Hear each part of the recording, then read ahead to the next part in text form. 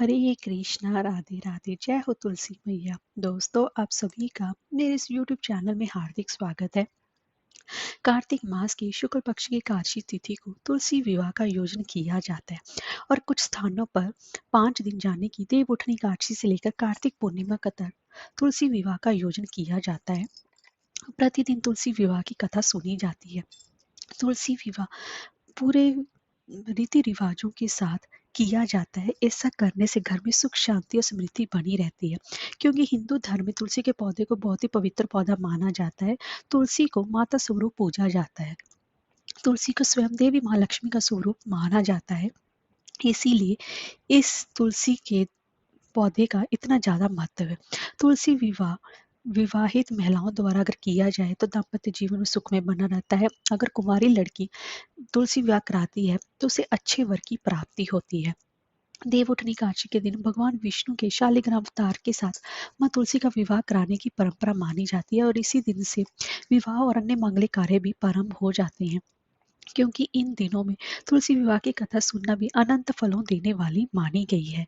तो दोस्तों, आज की इस वीडियो में मैं आपको तुलसी विवाह से संबंधित कई पुरानी कथाएं श्रवण करवाने जा रही हूँ। तो चलिए वीडियो शुरू करते हैं।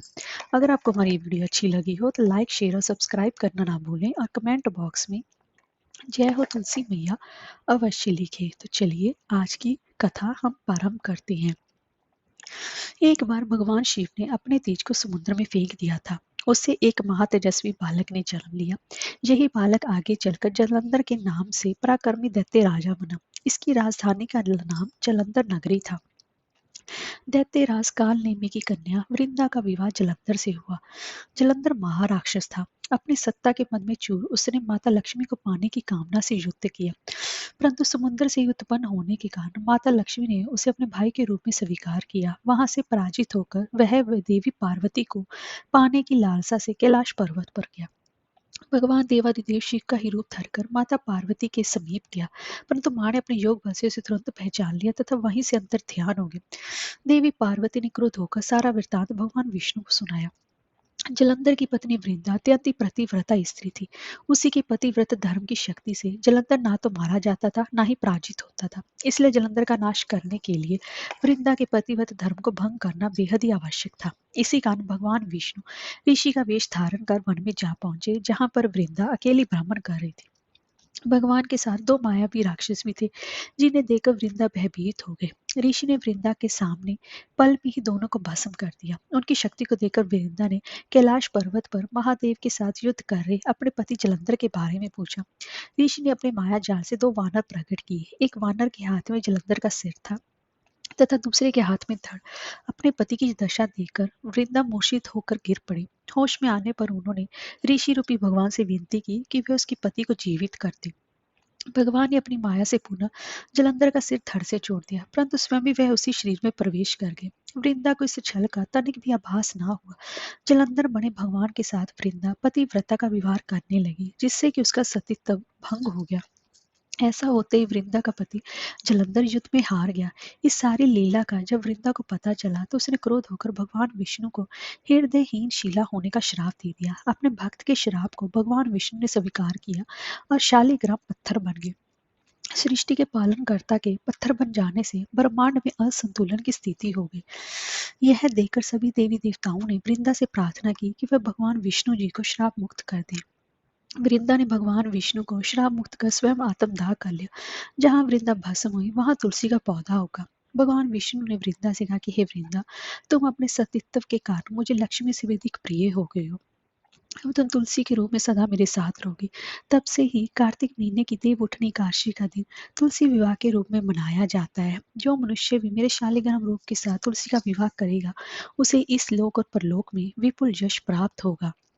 जिस घर में तुलसी होती है वहां यम के दूत भी असमय नहीं जा सकते। मृत्यु के समय जिसके प्राण मंजरी रहत तुलसी और गंगा जल मुख में रखकर निकल जाते हैं, वह पापों से मुक्त होकर वैकुंठ धाम को प्राप्त होता है। जो मनुष्य तुलसी व आंवलों की छाया में अपने पितरों का श्राद्ध करता है, उसके पितर मोक्ष को प्राप्त हो जाते हैं।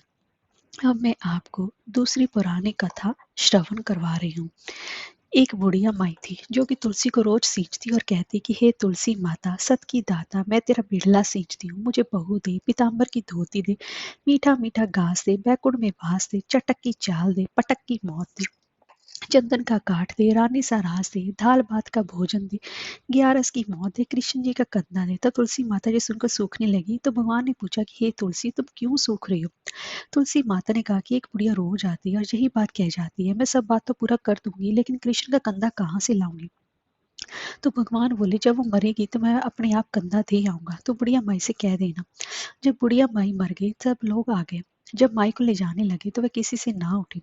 तब भगवान एक 12 बरस के बालक का रूप धारण करके आए। बालक ने कहा, मैं कान में एक बात कहूंगा तो बुढ़िया माई उठ जाएगी। बालक ने कान में कहा, बुढ़िया माई मन की निकाल ले, पीताम्बर की धोती ले, मीठा मीठा घास ले, बैकुंठ का वास ले, चटक की चाल ले, पटक की मौत ले, कृष्ण जी का कंधा ले। जैसे सुनकर बुढ़िया माई हल्की हो गई। भगवान ने कंधा दिया और बुढ़िया माई को मुक्ति मिल गई। हे तुलसी माता, जैसे बुढ़िया माई को मुक्ति दी वैसे ही सभी को देना।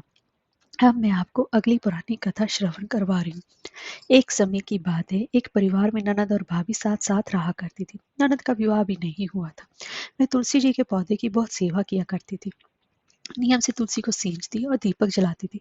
लेकिन उसकी भाभी को ये सारी बातें बिल्कुल भी पसंद नहीं थी। जब कभी उसकी भाभी को बहुत ज्यादा गुस्सा आता तो वह अपनी ननद को ताना देते हुए कहती, जब तुम्हारा विवाह होगा तो मैं इस तुलसी को ही बरातियों को खाने को दूंगी और तुम्हारे दहेज में भी मैं तुलसी ही दूंगी। तुम जब देखो तुलसी की सेवा करती रहती हो। कुछ समय बीत जाने पर ननद का विवाह तय हो गया। विवाह के दिन भाभी ने अपने कहे अनुसार बारातियों के सामने तुलसी का वह गमला फोड़ दिया जिसकी सेवा उसकी ननद किया करती थी और तुलसी के पत्ते खाने के लिए कहा। तुलसी जी की कृपा से वह फूटा हुआ गमला कई सारे स्वादिष्ट पकवानों में बदल गया। भाभी ने गहनों के नाम पर तुलसी की मंजरी से बने हुए गहने अपनी ननद को पहना दिए। देखते ही देखते तुलसी जी की मंजरी से बने हुए गहने भी सुंदर सोने जवाहरात में बदल गए। इतना ही नहीं, भाभी ने मारे क्रोध के वस्त्रों के स्थान पर तुलसी का जनेऊ ही रख दिया और वह भी रेशमी और सुंदर वस्त्रों में बदल गया। अब जब ननद अपने ससुराल में पहुंची तो ससुराल में तो उसकी दहेज की बहुत प्रशंसा हुई। ये बात भाभी के कानों तक भी पहुंची। उसे बहुत आश्चर्य हुआ। उसने सोचा कि उसने तो ननद के गहने, कपड़े और जनेऊ तक तुलसी के ही रखे थे, तुलसी की मंजरी रखी थी। ये सब जानकर भाभी को बहुत ही ज्यादा आश्चर्य हुआ। अब उसे तुलसी की पूजा का महत्व समझ में आ गया। उस भाभी की भी एक ही लड़की थी। वह तब से ही अपनी बेटी से कहने लगी कि बेटी, तुम भी तुलसी की सेवा किया करो, तुम्हें तुम्हारी बुआ की तरह फल मिलेगा। वह जबरदस्ती अपनी बेटी से तुलसी की सेवा करने को कहा करती, लेकिन लड़की का मन तो तुलसी की सेवा में लगता ही नहीं था।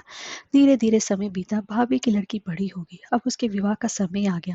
तब भाभी सोचने लगी कि जैसा विवाह मैंने अपनी ननद के साथ किया था वैसे ही अब मैं अपनी बेटी के साथ भी करूंगी तो यह भी गहनों से लद जाएगी और बारातियों को भी खाने में तरह तरह के पकवान मिलेंगे और ससुराल में भी इसे बहुत मान सम्मान मिलेगा। यही सोचकर भाभी बारातियों के सामने तुलसी का गमला फोड़ देती है। लेकिन इस बार गमले की मिट्टी मिट्टी ही रहती है। मंजरी और पत्ते भी अपने ही रूप में रहते हैं। जनेऊ भी अपना रूप नहीं बदलता। और जब भाभी ने सभी बरातियों को खाने में तुलसी के पत्ते दिए तो ये देखकर सभी लोग और बराती भी भाभी की बुराई करने लगे। भाभी ने लालच में आकर अपनी बेटी को दहेज में भी तुलसी के पत्ते और मंजरी रख दिए। जब बेटी अपनी ससुराल पहुंची तो वहां भी उसकी बुराई ही हुई। भाभी गुस्से के मारे कभी अपनी ननद को नहीं बुलाती थी।